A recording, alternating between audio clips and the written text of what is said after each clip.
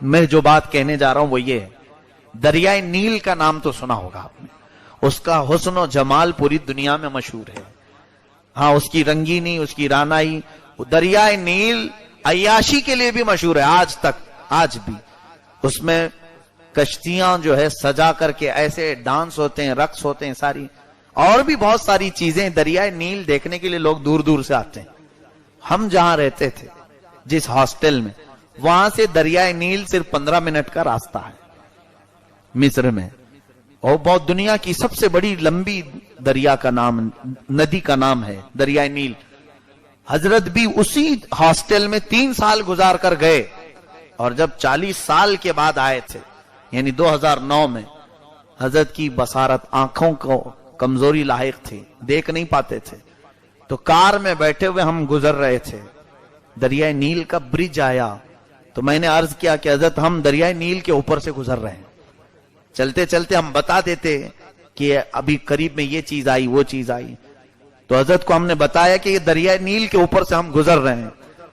تو مسکرانے لگے اور فرماتے ہیں میرے پڑھنے کے زمانے میں جب میں یہاں تھا 3 سال رہا، کبھی مجھے آنے کا اتفاق ہی نہیں ہوا، کبھی دریائے نیل دیکھا نہیں. میں آج آپ کو بتاؤں یہاں انڈیا سے پڑھنے کے لیے جتنے بھی جاتے ہیں، ابھی داخلہ نہیں ہوا ہوتا ہے وہ دریائے نیل دیکھنے پہلے جاتے ہیں. ایڈمیشن بعد میں ہوتا ہے، وہ نیل دیکھنے پہلے جاتے ہیں. پیرامڈز پہلے دیکھنا ہے، الیگزینڈریا پہلے دیکھنا ہے. سب جانے والوں کا یہ حال ہے. حضرت فرما رہے ہیں 3 سال میں رہا جامعہ ازہر میں، کتنا مشکل سے 15 منٹ کا راستہ ہے، 15 منٹ کا راستہ ہے. فرماتے کبھی میں دریائے نیل دیکھا ہی نہیں، اور اب 40 سال کے بعد آیا ہوں، تم لوگ اس کے اوپر سے گزار رہے ہو، اب میری آنکھیں ہی نہیں. یہ متقی کی زندگی ہوتی ہے جس کے سامنے دنیا کی خوبصورتی پھیکی ہے. حقیقت بات تو یہ ہے جن نظروں میں جمال مصطفیٰ بسا ہو، اسے دنیا کی خوبصورتی کبھی اپنی طرف دعوت دے ہی نہیں پائے گی. یہ ان بزرگوں کی زندگی. حضور تاج الشریعہ دام ظلہ العالی، آپ کا سایہ ہم سب پر ہمیشہ قائم و دائم رہے.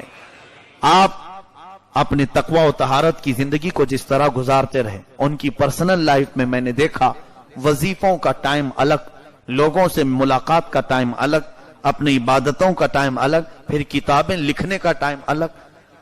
آخری عمر تک آنکھیں جا چکی تھیں، دیکھ کے پڑھ نہیں سکتے تھے. اس زمانے میں آپ نے تقریباً 12 یا 14 کتابیں لکھی ہیں. کیسے؟ ان کے داماد بیٹھے ہوتے، میں بھی بیٹھا ہوں لکھنے میں، اور آج ان کے پوتے داماد مولانا عاشق صاحب میرے ساتھیوں میں سے. حضرت بولتے جاتے تھے، وہ لکھتے چلے جاتے تھے، لکھتے جاتے تھے. اس طرح کرتے ہوئے آنکھیں جانے کے بعد بھی تقریباً 12 کتابیں آپ نے لکھی. اعلیٰ حضرت کی ذات، اس وقت جو کتابیں اعلیٰ حضرت کی اردو میں تھی اس کو آپ نے عربی میں ٹرانسلیٹ کیا. بہت ساری کتابیں مصر پہنچی اور وہاں سے چھپ بھی گئی. اور آپ کو یہ بھی میں بتاؤں کہ مصر جب تشریف لائے تھے تو وہاں پر آپ کا جلال و جمال دیکھنے کے قابل تھا. علماء مصر جو جامعہ ازہر کے اساتذہ ہیں وہ جلدی کسی کو بھاؤ نہیں دیتے، دنیا کے بڑے علم والے سمجھے جاتے ہیں. جامعہ ازہر میں پڑھا رہے ہیں، وہ بہت اونچے لوگ ہوتے ہیں، وہ جلدی کسی کو ملنے نہیں آتے. لیکن حضور تاج الشریعہ جب مصر آئے تھے تقریباً 27 اساتذہ جامعہ ازہر کے ان سے ملنے کے لیے آئے تھے. مجھے یاد ہے جتنوں کو دعوت دی گئی تھی، اس کے علاوہ دوسرے یونیورسٹیوں کے سب ملائیں تو تقریباً 40 بڑے علماء ایک مجلس میں موجود تھے. حضرت عرب لوگوں کے بیچ میں بیٹھے ہوئے تھے. اور وہاں کیسا ہوتا ہے، ذمہ داری کی بات ہوتی ہے، بات کرے گا، اور وہ بھی ایک عجمی آدمی عرب میں بات کرے گا، عربی لوگوں کے درمیان. ہم ڈرے سے ہماری زبان نہیں کھلتی تھی ان لوگوں کے سامنے، اور حضرت فصیح عربی میں آدھا گھنٹہ تک ان کے سامنے بیان کرتے رہے. 40 سال پہلے پڑھی ہوئی عربی مصر کی اس وقت تک ان کے ذہن میں. جب بولتے گئے وہ اساتذہ جو جامعہ ازہر کے وہ اش کرتے رہے. اس کے بعد مصر کا ایک طریقہ ہے، اب جیسے یہاں کیسے کوئی بھی آئے بیان کرے اور چلا جائے، وہاں مصر میں ایسا نہیں ہوتا. بیان کرنے کے بعد مقرر کو بیٹھاتے ہیں، بیٹھو، جو بیان کیے نا اس میں کچھ سوالات ہیں، ہم سوال کریں گے، آپ جواب دو. وہاں کا قانون ایسے ہی ہے، طریقہ ہے، کوئی بھی بول کے بھاگ نہیں سکتا. یہاں تو کچھ بھی بولو اور چلو جاؤ.